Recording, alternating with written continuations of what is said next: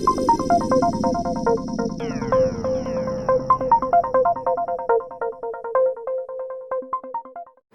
friends, today I am going to explain and demonstrate about movements of the earth.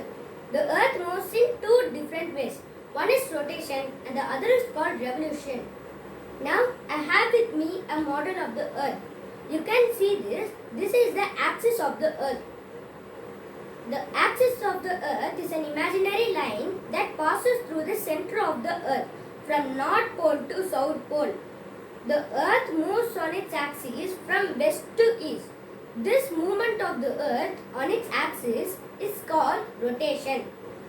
Do you know how long it takes to make one complete turn? The earth takes 24 hours, that is 1 day, to complete one rotation around its axis. The period of rotation is known as the earth day. This movement causes the day and night. To demonstrate this, I am using this torchlight to represent the sun and the globe to represent the earth. First, let us switch off the lights. Now, I am flashing the torchlight on the earth.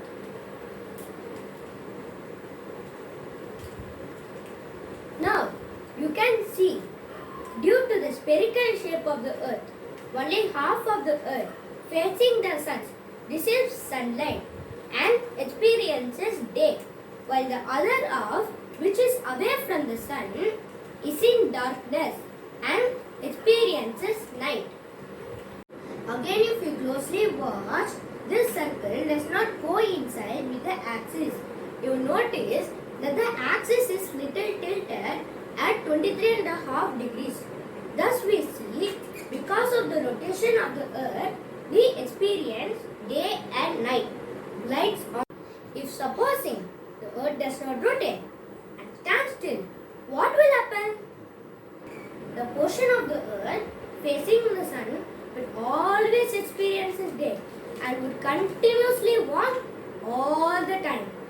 The other half would remain in darkness and will be freezing cold all the time. Life would not have been possible in such extreme conditions.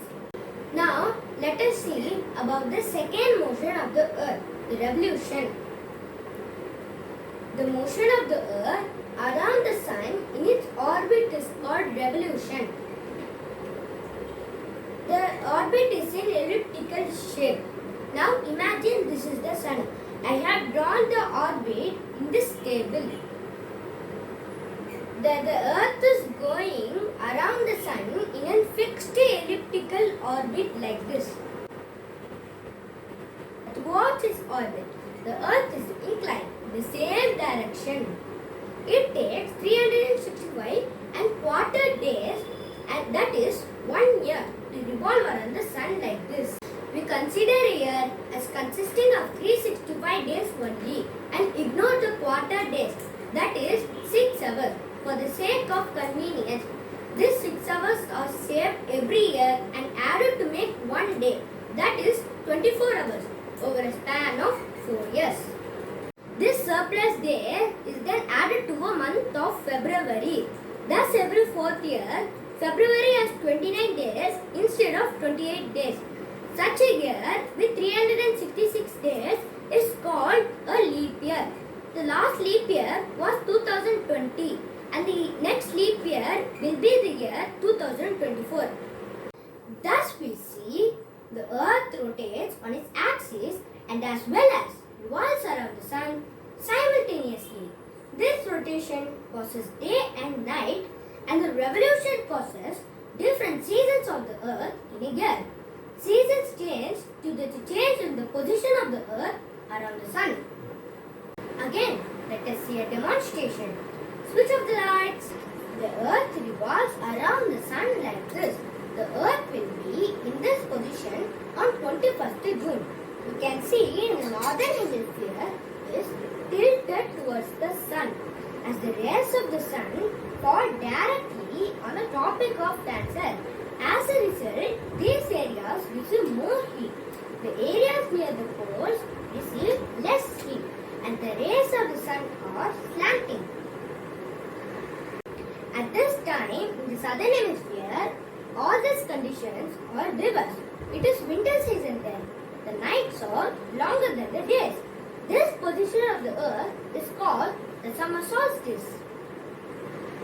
On 22nd December, the earth will be in this position. Now, you can see the Tropic of Capricorn receives direct rays of the sun as the south pole tilts towards it. As the rays of the sun fall vertically at the Tropic of Capricorn, a larger portion of the southern hemisphere gets light. Therefore, it is summer in the southern hemisphere with longer days and shorter nights. The reverse happens in the northern hemisphere. This position of the earth is called the winter solstice. In India, when Christmas is celebrated in December, it is winter, while at the same time it is summer in Australia during Christmas. Because India lies in the northern hemisphere and Australia in the southern hemisphere.